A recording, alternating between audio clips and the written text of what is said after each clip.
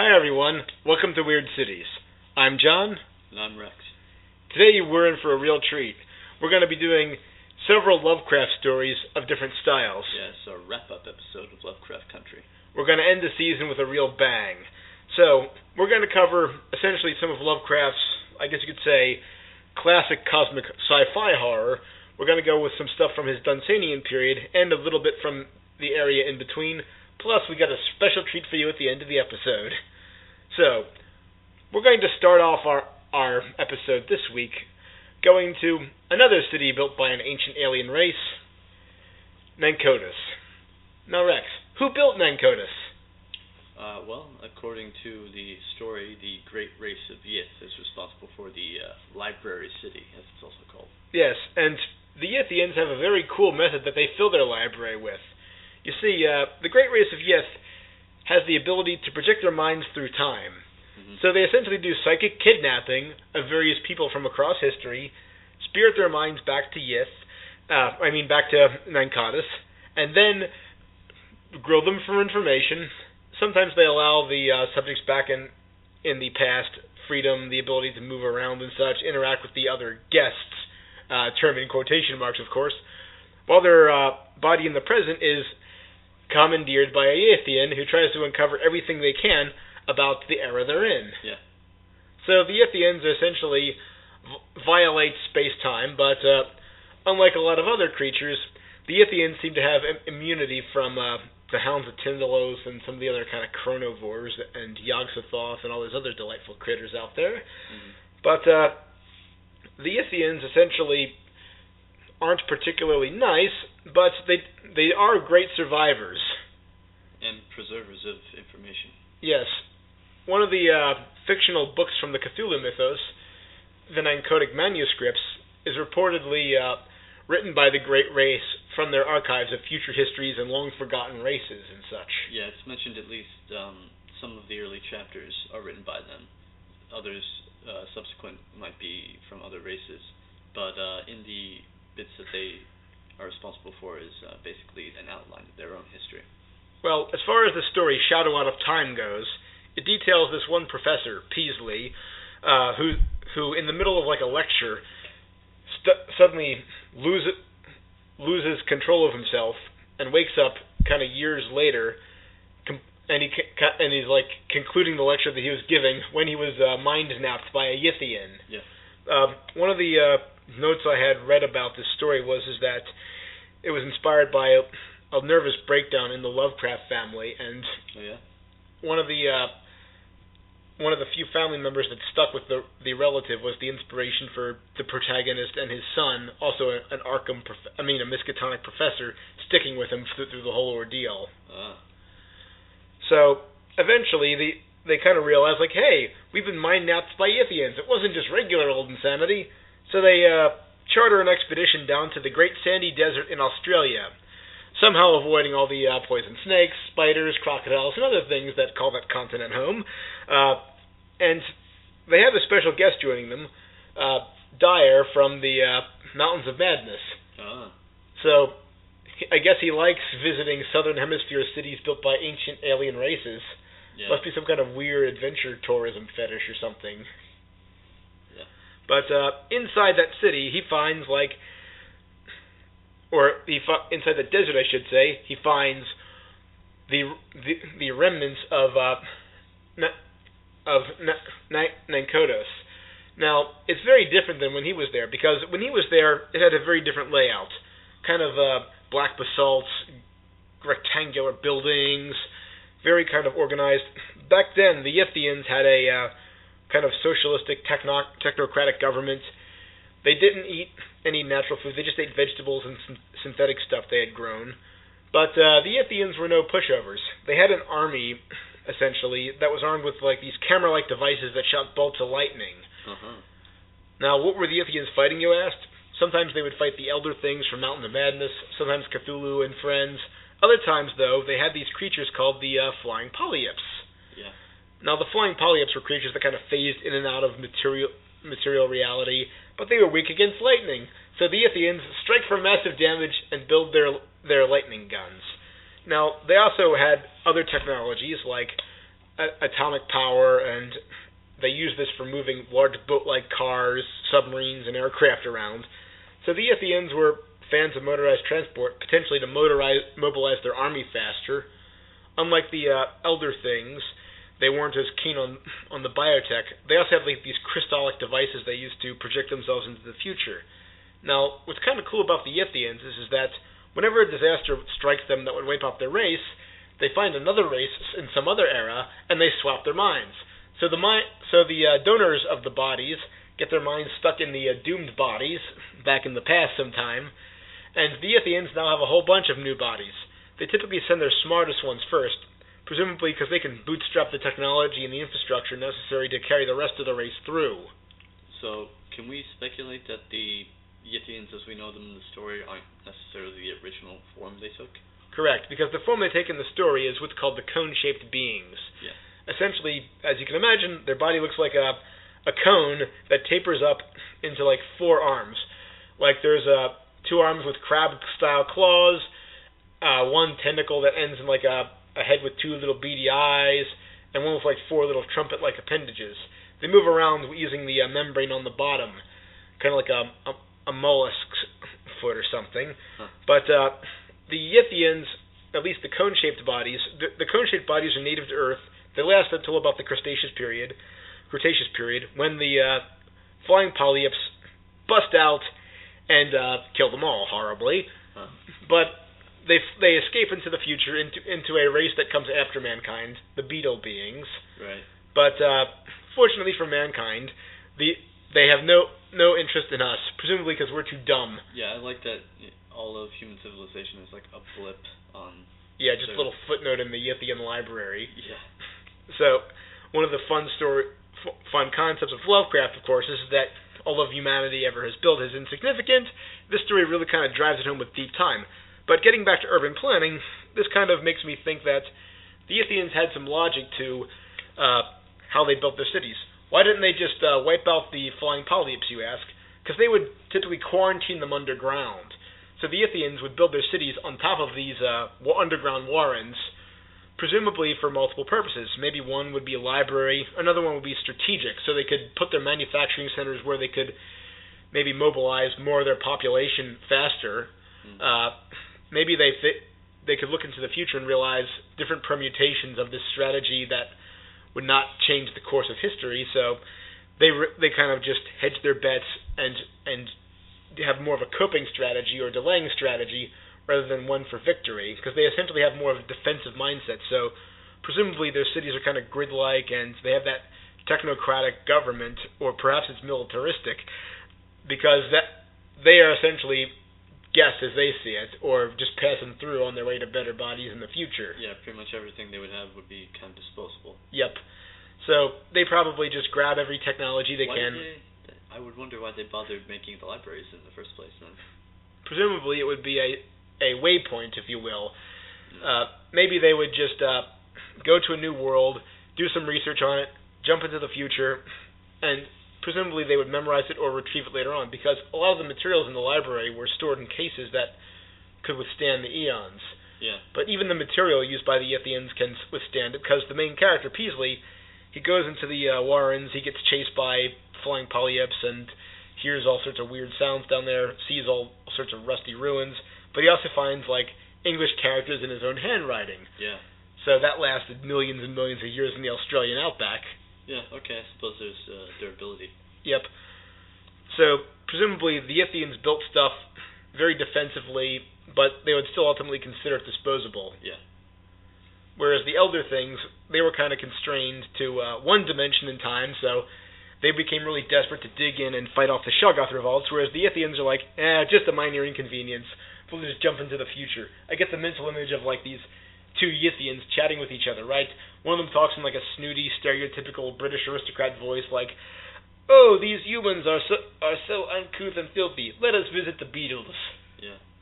It's interesting how both of these alien species have radically different ways of kind of prolonging themselves. Yeah, they also tend to have a antagonistic relationship with some other race that's tangential to their own existence, because the cone-shaped beings were, before the Yithians got a hold of those bodies, were the servitors of the flying polyps. Huh. But we also know the Elder Things created the Shoggoths. To them, like that story, if you take it from the polyps perspective, it's almost like a reinterpretation of Mountains of Madness. Right, with the Elder Things and the Shoggoths. But interestingly, one of the guests that our main character runs into when he's in the past, a couple of them, like a Greco-Bactrian official, a character named Cromya, who's basically like a Conan kind of reference to Lovecraft's good friend Howard, and also another one is one of the creatures, one of the inhabitants of the city from Mountains of Madness, one of the Elder Things. Yeah, that's right. So Lovecraft was kind of self-referential with that one. But again, he essentially takes the plot of Mountains of Madness, changes some of the specifics around. It's in the middle of the Australian desert as opposed to the Antarctic tundra. But unlike that story, this is more a psychological horror or more a psychological realization kind of story. I mean, you can kind of you can view this story as sort of Mountains of Madness meets Thing on the Doorstep. Yeah, some of the psychological and also the expedition of a lost alien city and the body swapping. Yep. Yeah. I'm thinking though that the Yithians actually might not invent a lot of their tech. Maybe they just kind of go to a new world, swipe or reverse engineer all the tech and knowledge they find. They're innovators. Or at least they're very good at reverse engineering and swiping tech. Yeah. More just world's greatest copycats, Mm-hmm. or the multiverse's greatest copycats. Though I kind of wonder how far their prescience or time-hopping abilities help them. Could they look maybe just 100 years into the future and see, oh, the polyps are going to break out unless we build a new defensive fortress to the west or something? Yeah, exactly. Like you would think they'd be able to avoid any confrontation at all if they have the ability to look ahead. Yeah. Presumably that technology it has its limitations, or they're not using it to its full stability, or maybe they have taboos against certain types of temporal viewing, for instance. Yeah, I mean, it could be that they can't see what's coming as opposed to being able to transport themselves. Or potentially what happens is once the Yithians arrive on a new world, maybe some of their elites, kind of their adventurers, go ahead to some future era until they find a body that matches their needs. Maybe human bodies are insufficient to Yithians because maybe they need a particular kind of nervous structure or something that allows vast amounts of intelligence or physical capacities. Yeah, it is made a big deal of how alien the Yithian mind in Peasley's body behaves. Well, one other thing about the Yithians is that they tend to live for a very long time, at least the cone-shaped bodies do, so... Yeah. So human bodies would be very insufficient. Yeah, and presumably we're too dumb for the Yithians to bother with. We're just little stupid monkeys, whereas they might prefer some alien beetle mind. That might be a little closer to their liking. Like a sentient cockroach that could live through whatever. Almost anything. Yeah. But Mountains of Madness kind of had that lost city, which was a common pulp trope. Similar thing here, kind of a lost city in the Australian outback. But the actual expedition is fairly short, not as... He's the only one who ever gets proof of it, right? Yeah, because he wanders away from the expedition, yeah. And just to sense, hey, I want to go into this nice dank hole alone. He puts Dyer in there, who's had experience with this, and then Dyer doesn't even get to say anything. That's kind of a waste. Yeah, because come on, Lovecraft, you established this guy as a master at exploring alien cities and running from those monsters. Been integral in. Yeah. I would have wondered, I would love like a team up between Dyer and or Danforth, Armitage and Carter. That would have been the kind of cool expedition. That's like the Lovecraftian dream team. Yeah, we should make that as our fan sequel. What do you think? They go in and kick some Shoggoth and flying polyp ass. Yeah. Tossing off one-liners. Because Armitage is the almost overqualified librarian. Yeah, I'm too old for this shit. Well, Lovecraft also wrote a lot of other styles of horror. But before he did a lot of the horrific stuff, he also did some stuff in the vein of Lord Dunsany. Some of the stuff in that particular vein was essentially fable-like stories and his Dreamland cycle, like the Dream Quest of Unknown Kadath. Mm-hmm. But White Ship, Polaris, these kind of things. A lot of them are fairly short. They're more just short stories or even one-shots compared with the novellas. Vignettes or just pure evocative imagery. Well, What about the doom that came to Sarnath? Can you tell me a little bit about that one, Rex? Yeah, Sarnath is one of the. It's described as a very old city.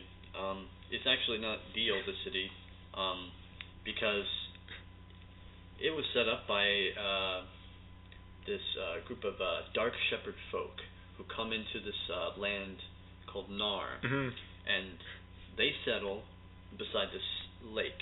And there's already this other city called Ib, and it's gray and stone. It's populated by these creepy green-skinned, flabby-lipped, not really fully human kind of creatures. Like deep ones. The Innsmouth look. Yeah, they're arguably something comparable to that. So, they don't like these people, and so all the young warriors, after they've established their city for a while, they go to Ib and genocide commit it. genocide. They destroy Ib, all the race, and the only thing they bring back with them is this statue, a sea green stone idol, chiseled in the likeness of Lovecraft, the great water lizard that the Ibans used to worship. And from there, Sarnath thrives. It becomes this kind of staple of Nar and the lands adjacent. Staple of the trade routes and all. Yeah, they set up a caravan route, and they trade precious metals that they find in the area for other metals and cloths and jewels, books and tools and all sorts of luxuries. And they eventually become the central power in the area. But what happens to them? Well, the story's not titled "The Happiness That Came to Sarnath." No, they flourish for a very, very long time, and they build an incredible city. I mean, everything about it is as opulent as it can be. But on the 1000th anniversary of the destroying of Ib, things go a little not according to plan. So, isn't there something that happens with that idol that they looted 1,000 years ago? Yeah, well, I mean, it basically reappears in the lake, and then so do all the Ibans. And fog comes down, and it's all creepy and stuff. Yeah, basically a fish zombie apocalypse ensues. Yeah, the smart people have hightailed it out of town when the strange lights and fog roll in. Yeah, like there's this on the outskirts of the city. There are all these like pavilions of princes and travelers and merrymakers, and when things start going bad, they all hightail it. They leave Sarnath to its doom. And don't some of the nobles of Sarnath become like the fish people? It's possible. I'm not sure. But what are some of the features there? There's like the 17 tower-like temples of Sarnath. There's like big city walls. Where chariots can pass each other. Yep. The walls are greenstone roughly seawalls. 300 cubits in height and 75 cubits in breadth. They're made of marble. Almost everything is. They have a greenstone seawall that keeps the waves of the lake kind of at bay. There are 50 streets going one way and another from one side to the other of the city. So it's a well-planned city. They're painted with onyx and granite. The gates, there's a gate at every street made of bronze, flanked by figures of lions and elephants, carved from a stone that doesn't even exist anymore. The houses are all glazed brick and chalcedony. They each have a walled garden and a lake, and they're fashioned in such ways that none of the other people who live near them can figure it out. They also have like a lot of art as well. There are tons of palaces and temples and gardens, and each one is as good as one for a king, and the one for the king even more so. So, and they're all full of beautiful stonework and engravings and art and precious gems. And they also have a number of luxuries. They have a garden built on the inside in the center. And the king has like a pair of golden lions resting on the throne. Yeah. But they have a garden that works whether it's summer or winter based on the use of fans or interior heating. And there's a dome of glass in it so that light can get through, and when there is no light, they put artificial So essentially, it's a greenhouse. Yeah, basically. And there are these the breezes are plumed with these fresh odors, and there are waterfalls and lakes everywhere where swans and rare birds dwell. There are terraces, bowers of vines and sweet blossoms. Even just like a park bench is going to be made out of marble with porphyry. There's tons of shrines and temples to all sorts of gods that are highly valued in the city. And it's this amazing, extravagant place. And I think, especially in certain regards, it's meant very much to kind of echo places like Babylon. Mm-hmm. So, kind of like your hubristic, sinful city-state right, that like needs some kind of divine doom. You know, if we're going for like the Dunsanian type fable, it is the most prideful, grandest place you could think of. Yeah, and because of their genocide, they can't fully shake the legacy of their past. But interestingly, Sarnath is also the name of a real-life city. Mm-hmm. Lovecraft said he invented the name independently, but the real-life Sarnath is essentially a city in India where Buddha first started preaching. It's the site where Sarnath would have been today is essentially in the Indian state of Uttar Pradesh, which is where you also have like the Taj Mahal and Lucknow and a whole lot of India's major historical sites and cultural sites. There's also a great comic that's been done with very incredible artwork. We'll see if we can put that in the show notes. Yeah, of Sarnath. Well, Sarnath kind of feels like a bit like a Dunsanian story, a bit like an Old Testament story even. Yeah. And Lovecraft was all about like he would tell new writers to bone up on the Bible and Old and New Testament to kind of look at their writing style, their craft. Well, one of the things about Sarnath is that a lot of the story is actually describing the city itself. Yeah, most of the story. So we had to be very selective what we described. Yeah, check it out yourselves. It's not that long. It's really cool though. But there also is some of the dream cycle stuff. We're going to just touch on this very, very briefly because the Dreamland stuff, a lot of it isn't very well described. Just a couple of very poetic phrases to describe different locations. Yeah, I mean it's all very poetically and beautifully described. A lot of cities are described in very being existing for abstract purposes. Yeah. You know, and you can tell that he was very much cribbing and going in the vein of Dunsany right there. But there's one particular. There is a character named Kurenes, who's not a native to the Dreamlands. Kurenes was essentially a minor British nobleman from the town of Cornwall, or the region of Cornwall. But essentially his money went down the tubes, so he retreated into fantasy and drugs, and eventually died homeless. So in his dreams he created a city called Celophaeus. Yeah, Celophaeus. So Celophaeus is basically a sort of Dreamland's Cornwall. If we're going to extrapolate from real life Cornwall, it probably would be a lot of like rocky cliffs, very nice beaches as well, because the real life Cornwall had a lot of mining and a lot of fishing, a bit of a maritime and mining economy. So chances are the Dreamlands version probably has like even more beautiful looking cliffs or even more like deep mines and such. Mm-hmm. So this character was also the only dreamer who has visited the court of Azathoth, who is the center of Lovecraft's multiverse, and returned with their sanity intact. The blonde idiot god. Yep. With all these little Piper minor deities playing around, because they want to keep Azathoth asleep, because if he wakes up, the world or the universe ends. Mm-hmm. But Lovecraft also, true to as like the genre that bears his name, he did a lot of undersea horror, including his most famous creature, Cthulhu.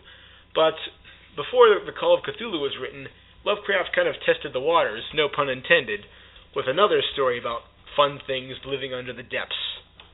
Yeah, that would be the Temple. And it's essentially kind of, a World War I submarine story from the point of view of a German captain. Yeah, the guy's an asshole. Lieutenant Commander Karl Heinrich Graf von Altenburg-Eilenstein. He's basically kind of like a very propagandized view of a German officer in the war. Yeah, he's actually Prussian, and he'd hate it if you just got that wrong. He's not. Yeah, he goes around committing war crimes, sinking boats, sinking not only a ship, but also destroying the lifeboats. Then shooting anyone that's still left. Really nice guy. Yeah, and even at the slight provocation of his own men, he shoots them. Yeah, pulls out the Luger and this guy started. Yep. But anyway, after torpedoing a British freighter, one of his crew members takes a trophy from one of the dead passengers, kind of like this classical-looking bust, right? Yeah, it's a small idol, a head. Yeah. Of a young boy and with a laurel crown. Something kind of Greek or Roman or stereotypically classical as we'd associate with it. But a bunch of misfortune occurs on the sub. Like, people start getting more uneasy, there's mechanical failures, there's a mutiny attempt. People claim to see the body that they originally found swimming around outside. Yeah, and dolphins are following, even at depths that dolphins should not be able to go to. And dolphins don't seem to surface for air either. Yep.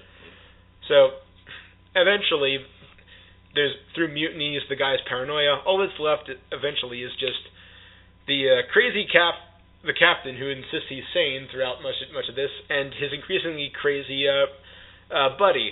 His buddy, as eventually the current kind of drags them along near the bottom of the Atlantic towards some unknown destination. And along the way, they come across what looks like to be some kind of ancient city on the ocean floor. Mm-hmm. And interestingly, it looks kind of Greek, Roman, or classical. But interestingly, there's a single temple that seems to dominate the whole place, the whole landscape. Mm-hmm. They can barely see it, kind of in the U-boat's dying searchlights. Yeah, and there's actually a light coming from inside that seems to kind of draw him in. Yeah, but he launches his buddy out the torpedo tube. Then he gradually goes crazy, tries to conserve power. Then eventually, at the end, he decides to go into it because he knows he's not going to survive either way, and he leaves the account as kind of like a message in a bottle that was recovered off the Yucatan Peninsula. Yeah, and he hints. He calls the place Atlantis. We have no real way of knowing what this place is. But this is essentially a prelude, or at least much in the same way that Dagon kind of predicts something like Innsmouth. Mm-hmm. This sort of predicts Call of Cthulhu. Well, here Lovecraft takes some liberties with with German U-boats during World War I because they didn't have airlocks, they couldn't stay underwater that long. Uh-huh. Not to mention like the fact that the whole underwater city would have probably crushed the submarine, and Lovecraft does kind of mention that through the character. So presumably whatever force is drawing the sub in might also be keeping it sustained for some esoteric purpose. Yeah. But how about the big one, the place that Big Cthulhu sleeps in, good old Relay? Yeah.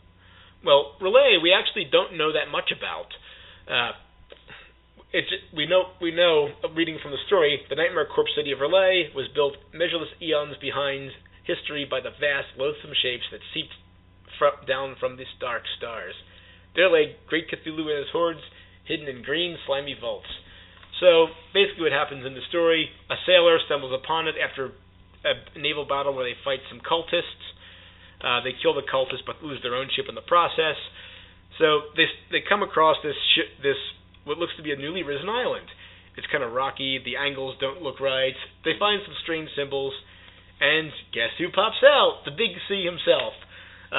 Presumably, Cthulhu starts snacking on the crew. The captain makes it back to his ship in time. Then he builds the ship up to full steam, rams the Big C through the face, and the city starts to sink again. Mm-hmm.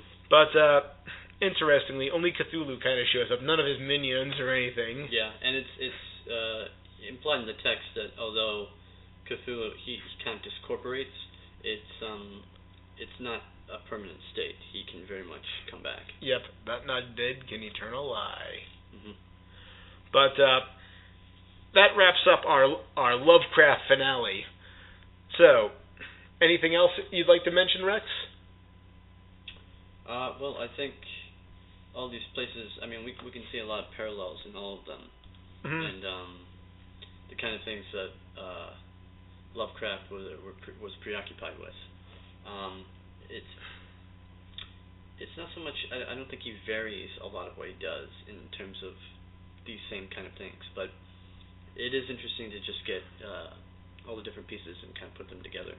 Yeah, or how some of the stories might have been inspired by personal information, like Shadow over Innsmouth, like one of his ancestors was Welsh, or like his fear of cold weather helped contribute to Mountains of Madness, for instance, or the nervous breakdown leading to Shadow Out of Time. Yeah. Or a lot of his knowledge of New England leading to Arkham and the environs around that. That's true. So, whereas Clark Ashton Smith would take the strange and weird and make it as something of wonder, of beauty, Lovecraft was basically like anything that's not like white Anglo-Saxon Protestant or New Englander is degenerate and is trying to destroy civilization. Mm-hmm. Whereas Robert Howard just wanted a good fight. Yeah. So that's kind of the differences in our cynical opinion of the big three of the Weird Tales. So that wraps up our first season of Weird Cities. Where are we going next season, Rex? Next season we're going to go to the Golden Age. The Golden Age of speculative fiction. Asimov, Heinlein, Arthur C. Clarke, and also some fantasy writers of the era, such as... Yeah, hopefully some Liber. Maybe we can dig into some lore. Mm-hmm. Or potentially The Gorman Gas by Merwin Peake. Yeah, that'd be good. But stay tuned for next season. We hope you enjoyed your travels through these weird cities, and we hope to see you again.